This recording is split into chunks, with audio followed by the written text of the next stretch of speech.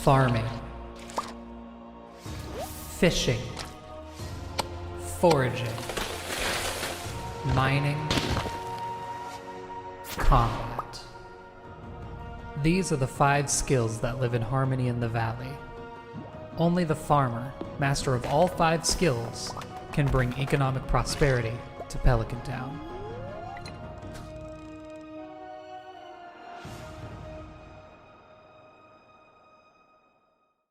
In the last video, we went over the mechanics of mining, the machines, and then I did a deep dive on all of the rocks where I got to show off my fancy rock chart. By the way, y'all were able to spot the pattern with this chart that I could not. Each upgrade pretty much adds 1 power to the pickaxe. So the copper pickaxe divides the amount of hits it takes by 2, the steel pickaxe divides it by 3, gold by 4, and iridium by 5, with all values rounding up. Which perfectly explains why the copper pickaxe upgrade is so significant and the others not as much. This video will be all about the dungeons, and then the level up rewards to wrap it up. So before we go into the mines themselves, I want to talk about the Quarry first. This is either unlocked from doing the Crafts Rooms bundle in the community center, or by buying the bridge on the Joja community forum for 25,000 gold. It can contain any rock in the game except for the ones that are exclusive to Ginger Island. The only catch is the rarer stones like the Iridium Ore Node or the Mystic Stone are incredibly rare. Once you start clearing the quarry, more rocks will start to respawn in the spaces that you've left empty. So it's recommended that you clear it entirely so that they have the highest chance to respawn. You can probably get by on checking it like every 2 weeks or so. The quarry also has its own little cave. This is known as the Quarry Mine. It is simply 1 floor filled with haunted skulls, copper slimes, and iron slimes. And it can also contain copper and iron ore nodes. The main reason you'll want to come here is for the golden scythe at the end of it, which does have a slight advantage over the regular scythe. It's like 0.1 of a pixel longer, and it more reliably cuts grass in the area that it does cover. It can be worth coming back here though, because the haunted skulls are exclusive to this type of floor. They have the ability to drop a couple of rare things, like some bone-related artifacts, magic rock candy, and artifact troves. Which, you know, first of all, I don't know why they drop skeletal hands. They literally have no hands, but whatever. With that, it's time to move on to the mines. The Mines is a 120 floor dungeon unlocked on day 5 that's split into 6 different biomes. Each different biome has different enemies, forageables, gems, and aesthetics. As you go deeper into the mines, you'll unlock a checkpoint through the elevator every 5 floors, and from then on you'll be able to head straight to any of the checkpoints that you've unlocked. The deal with the mines is every time you enter, it'll be completely randomized. This is only if you leave the mines. If you're on floor 20 and take the elevator to floor 5 and then back down to floor 20 again, it'll still be the same floor 20 as before. So you enter the mines and you're on your first floor. To move on to the next one, you need to find a ladder. Different things that you do on the floor have different chances of dropping a ladder. For instance, killing a monster has a 15% chance of dropping it. Destroying a rock has a 2% chance to spawn a ladder, unless there's no enemies on the floor, where there's then a 6% chance for a rock to drop a ladder. That is theoretically. Like most things in the game, randomization is a bit more complicated than there's just a % chance for it to happen. For instance, the numbers I gave you are heavily affected by daily luck, to the point where a good luck day can give you more than a double chance to drop ladders from any source, and a bad luck day can more than half that chance. In addition, the more rocks you destroy, the better of a chance you have to get a ladder from the next rock. There's even ways to predict where a ladder will spawn, but that's well beyond what I want to go over here. You'll also occasionally find these crates and barrels sitting around certain floors. You want to break these open as much as you can. They can't contain ladders, but they do have a whole 2-mile-long spreadsheet of items that it can possibly drop. And now that you know the basics, let's go over all of the different biomes. For the first 10 floors, you'll have the brown earth mines. And before we go on, I'll point out in the top left that I have panels that show you what enemies can be found, what forageables can be found, this also includes gem nodes, and what ores are available here. So, these first 10 floors are pretty generic, pretty much only good for finding copper. Some notable drops from the monsters that can be found here are cherry bombs from the Duggies and a crab from the rock crabs, and you'll get leather boots from a chest on floor 10. Floors 11 through 29 are weed floors. Here you'll find lots of bugs for grinding bug meat, which can be turned into bait. Fiber will also spawn in good amounts, making this a good place to grind for it. You'll find your first weapon upgrade on floor 20, the steel smallsword, and this is also the first of the 3 underground lakes that you can fish in. Floors 31 to 39 are shadow floors. Here there will be low light along with bats and stone golems. I don't really find myself coming back to these floor much, although the stone golems do have a 10% chance to drop coal. On floor 40, you'll find the slingshot, which can be loaded with various ammos, notably the explosive ammo once you reach level 9 combat, which is great for mining. Floors 41 to 69 are the ice mines. Here you'll finally start finding iron ore, along with a bunch of new mine forgeables like frozen tears. The dust sprites that are found here can be a very good source of coal, since they usually spawn in large numbers. On floor 50, you'll get the tundra boots, and from floor 50 and deeper, you can now find the diamond nodes. The chance starts at 1 in 500 stones being a node, and that increases every floor you go down.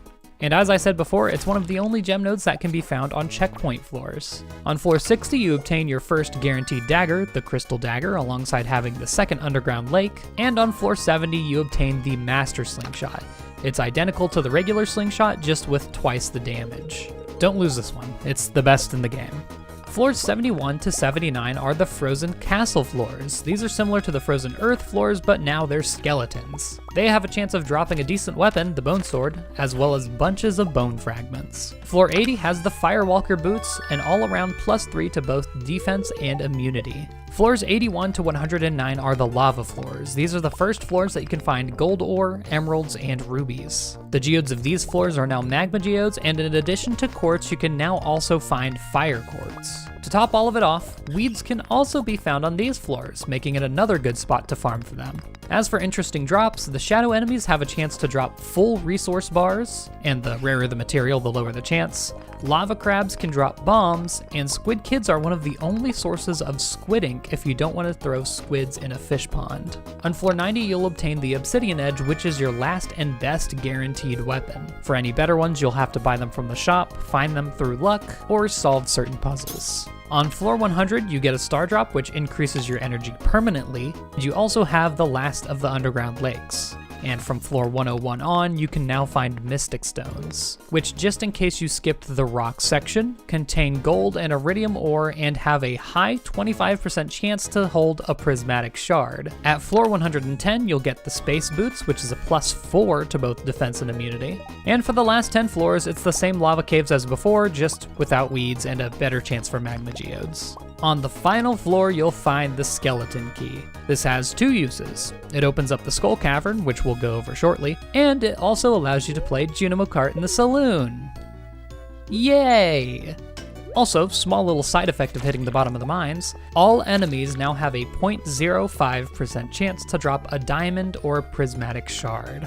While that's generally all of the biomes covered now, there are a couple of special floors that have a random chance of replacing whatever floor you're on. First, we have infested floors. No rocks spawn here, just enemies, and you'll have to defeat them all if you want to move on. If you have the Oil of Garlic buff, which is a drinkable crafted item unlocked at combat level 6, this type of floor won't spawn at all, and you can still skip it if you have a staircase. Next, you could have a mushroom floor. These can only spawn on floor 81 or later. Here you'll find a bunch of red and purple mushrooms, and once you leave, it will never spawn again that day. Last, you have dungeon floors, which are very similar to the quarry mines, which means haunted skulls. These can spawn on any floor, which is not good because it can be really punishing if you don't have a strong enough weapon to deal with the haunted skulls or slimes. And as a rule, none of those special floors will ever spawn on a floor that has an elevator. And before we move on to the Skull Cavern, we still have to talk about the remixed rewards in the mines. This is a setting that you can check whenever you start your file, and all it does is changes what items you'll get in all of the chests found in the mines. The reward in 3 of the chests will not change. The slingshot, master slingshot, and star drop will all still spawn in their regular spot.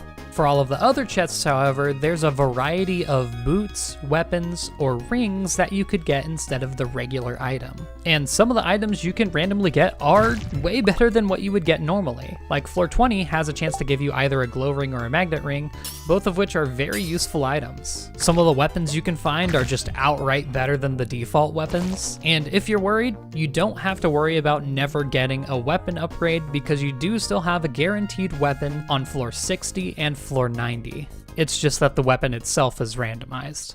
For the Skull Cavern, you've got two things stopping you. First, the aforementioned skeleton key from the bottom of the mines. Second, you need to complete the vault bundle, after which the bus will be unlocked to access the desert. You'll find the skeleton cavern in the top left corner. Structurally, it's very similar to the mines. Break rocks and defeat enemies to get deeper. However, this time, there's no checkpoints and the entire dungeon is one biome, plus a couple of special rooms. You also now have two different ways of getting deeper, through the regular staircase that we all know and love, or through a shaft. Anytime a ladder would spawn, there's a 20% chance that it'll be a shaft. Shafts can send you down anywhere from 3 to 15 floors at once, at the expense of a little bit of health. The damage will never outright knock you out, but it's something to be careful for. The main reason you're going to want to come to the Skull Cavern is for iridium ore. Not only does it act as your last upgrade for your tools, but it's needed in a lot of the best crafting recipes, such as iridium sprinklers, crystallariums, and iridium bands. As you get deeper in the Skull Cavern, the frequency of iridium ore nodes will increase. I'd say you'd want to be around floor 40 before you start getting a good amount of them. Almost every enemy here has a very useful drop, and most of them are kinds that you've seen before in the mines. Serpents are the standout enemy, providing both bombs and spicy eels, a food that has a speed and a luck buff. Purple slimes, iridium bats, and iridium crabs all have a chance to drop iridium ore themselves. Carbon ghosts drop a guaranteed Omni Geode, and mummies can drop the famed red cabbage seed, an important drop to pay attention to if you're trying to complete the community center in 1 year. As for your special rooms, you have prehistoric floors. These can contain fiddlehead ferns, which are usually locked to the secret woods in summer, and a ton of dinosaur enemies. These are great sources of several bone pieces you'll need for the museum, and are one of the only sources of dinosaur eggs, which can be incubated in a coop to hatch your own little dinosaur. After floor 10, you might find a treasure room. These are small freebie floors where you can find some of the best items in the game, such as crystallariums, iridium bars, or if you're really lucky, an auto petter, which will prevent your animals from passively losing friendship. The only other way to get this item is from JojaMart after paying off the Joja membership form. The last type of room doesn't have any official name, but I like to call them pyramid rooms. It has a sort of a golden brick theme, and you'll find lots of more mummies and carbon ghosts than usual here. For a couple of tips for going deeper, I'll say that you'll need 3 things to succeed: bombs, food, and food buffs. Having different sizes of bombs, including explosive ammo, will blow up rocks a lot quicker, saving you a lot of time, as well as energy over swinging the pickaxe. Food is a must-have due to the strong enemies here. Almost everyone has memories of walking onto floor 1, getting swarmed by serpents, and dying in 3 hits. Personally, I'm a fan of salad if you like to buy your food, or cheese if you want to make it yourself. And food buffs are even more important here than anywhere else. First, they actually last longer due to time being slightly slowed down while you're in the Skull Cavern. Second, luck and speed buffs are just incredible for mining. If you want a more in-depth guide on strategies you could use for getting deeper in the Skull Cavern, I made a whole video for a guide. It's one of my favorites. Oh, and you may be wondering, what can I find in the Skull Cavern other than iridium? Everything. If it can be found in the mines, it can be found in here. The last area we'll be going over is... big spoilers. Once again, I'd skip the rest of the section if you don't want to see it. We're talking about the Volcano dungeon on Ginger Island. This one will be pretty brief, because just like with the Skull Cavern, there's just one biome. Progression through these floors are a bit different. You'll generally spawn near the bottom of the floor, and you need to find the doorway, normally near the top of the floor, to move on. Sometimes the doorway will be closed, in which you'll have to find buttons on the floor to open it up. There's only 10 floors, and once again, unlike the other 2 dungeons, these floors only randomize once per day. If you leave and come back, you'll find the same floors as before. Floor 5 will always have the dwarf shop, along with a shortcut that you can unlock for 5 golden walnuts back to the beginning of the dungeon. Speaking of the shortcut, you'll want to pay extra attention to your time here, because you can't just go up a ladder and immediately be at the entrance. If you want to leave before reaching the end, you'll have to walk back through every floor you've already been through, and this shortcut could save you from passing out. If you do reach the end, there's another shortcut there to go back to the beginning. In the volcano, you can find copper, iron, gold, and iridium ore nodes, cinder shard nodes, which give you cinder shards used at the forge, and omni geode nodes, which give you omni geodes. Lastly, you can find diamond, ruby, and mystic nodes, all of which we've gone over before. Now, I do want to say, there's one of the weirdest things in the entire game here, and that's the copper and iron nodes. Not any normal copper and iron nodes though, these are different from the other ones. For some reason, they're the exact same as the ones found in the mines of the Skull Cavern, but they only take one hit to break, and also they've been recolored to more match the Volcano dungeon. They only take one hit, no matter what pickaxe you're using. This does not carry over to the gold or iridium ores for some reason, just the copper and iron. There are two forageables in these mines, magma caps, which are a fairly common spawn that heal a lot when eaten and sell for 400 gold at base. Their main use is to trade for pineapple seeds with the island trader. The second forageable is a dragon tooth. These are much rarer, only spawning near giant skeletons, which aren't even guaranteed to show up at all. These can be traded for banana trees at the island trader, and are needed to craft island warp totems. You're better off hunting the lava lurks for these, since they'll drop them 15% of the time. Also, while the layouts of all the floors are randomized, floor 9 will always be a weird kind of mechanical maze type floor. Often through this floor you'll just have to take hits and eat food to get through it. Enemies will always be in your way. Speaking of enemies, here's some of their notable drops. Dwarvish sentries can drop every type of gem. False magma caps drop magma caps 99% of the time. Also, you can tell it's a false magma cap if your cursor doesn't change when you hover over it. Hotheads have two separate 10% chances to drop pineapple seeds. Magma sprites and sparkers have two separate chances to drop cinder shards. Magma duggies can drop mega bombs and taro tubers, and tiger slimes can drop pineapple seeds or mango saplings, but much more importantly, the tiger hat. You'll also occasionally find chests sitting around. Common chests have a chance to give you various Ginger Island items and the dwarf weapons, which are great defensively. If you're really lucky, you'll find a rare chest, which has an orange stripe on top. These also drop a couple of Ginger Island items, a unique hat, and is the only source of ostrich eggs if you lost the freebie egg you get from a journal scrap. And these will give you the dragon tooth weapons, which are second only to the upgraded galaxy weapons. Finally, you can find 17 of the 130 gold walnuts here, 5 from rocks, 5 from enemies, 5 from crates, and then 1 from each type of chest. So after all of that, technically, there's 2 more dungeons. However, they're extremely end-game content. They're basically reskinned versions of the mines and the Skull Caverns and are much harder than their original variants. They're unlocked after taking certain end-game challenges from a certain end-game character. If you want to know more about them, I do have a video that goes over them in depth.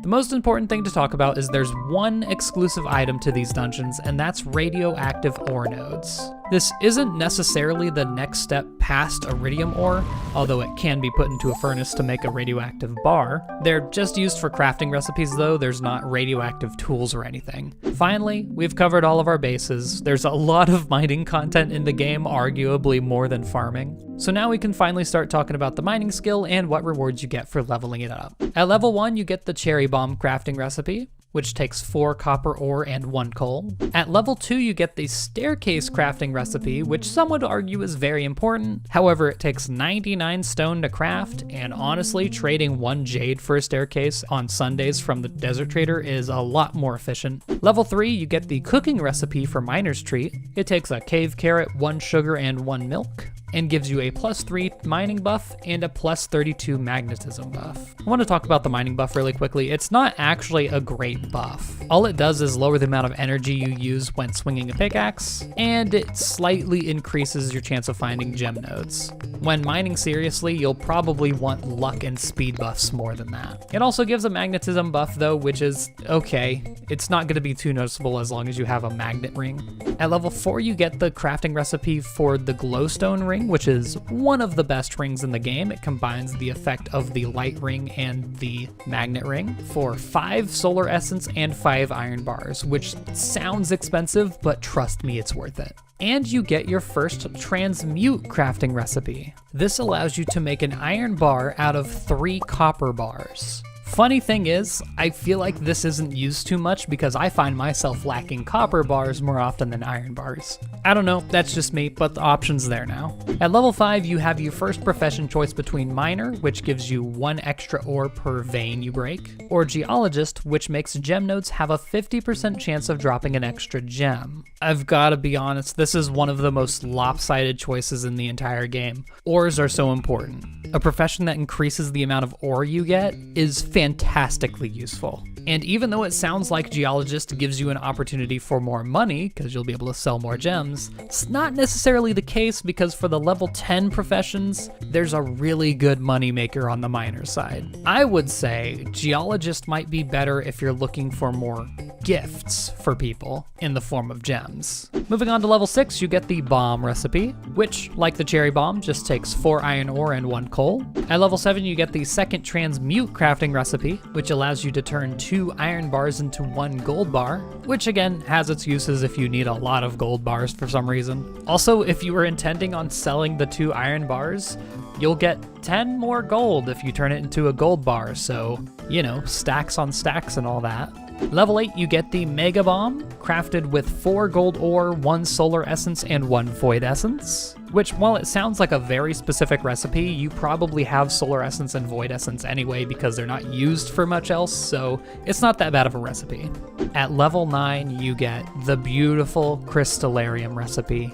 One of the best in the game, fantastic moneymaker. It is a bit expensive with 99 stone, 5 gold bars, 2 iridium bars, and 1 battery pack, but it pays for itself eventually. I like to have just a group of these making whatever gems I need. Super useful, can't recommend it enough. And then our level 10 professions. So starting with Miner, first we have Blacksmith, which makes all metal bars worth 50% more, which doesn't sound like a lot, until you consider that iridium bars sell for 1,000 gold normally and 1,500 gold with this profession.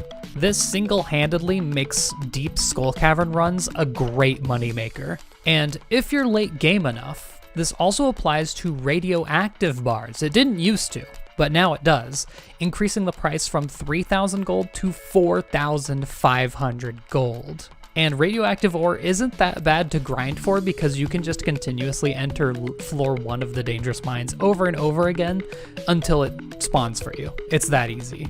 Absolutely nutty moneymaker. And the other one, Prospector, chance to find coal doubled. I don't know if anyone cares about that, especially at the point where you're at level 10 mining. You have charcoal machines, you have money to buy coal if you really need it. You've been around the block. I suppose if you're really hurting for coal for some reason, it's there for you. On the other end, with the geologist profession, we have Excavator, which doubles your chance of finding geodes. And for clarification, this applies to normal, frozen, magma, and omni geodes. It does not apply to treasure troves or golden coconuts. Now, to be fair, if you haven't completed your museum at this point, this isn't an awful thing. This applies to many parts of the game, such as fishing up treasure chests that could have geodes, breaking open rocks that could have geodes, panning could have an omni geode, hoeing an artifact spot can have geodes. All of those chances are doubled and should make completing the museum a lot easier if you're struggling with it. And on the other hand, we have Gemologist, which makes gems worth 30% more. Now, I'm not gonna act like this is completely inferior to the blacksmith profession, since if you do have like a ton of crystallariums making yourself a ton of diamonds, this is good. It changes the 750 gold sale price of diamonds up to 975, which is nothing to sneeze at. It's also probably the way to go if you just straight up don't like mining. For the most part though, if you're a miner, it's blacksmith. That does it. Sorry this video took so long, but as you can see, there's a lot to mining. So much that I once again have to point to the top right corner of the screen so you can click the card and go to any of the more specific guides if you need them. After this though, we just have the one guide for combat left. So I'll see you all in the next one, and good night.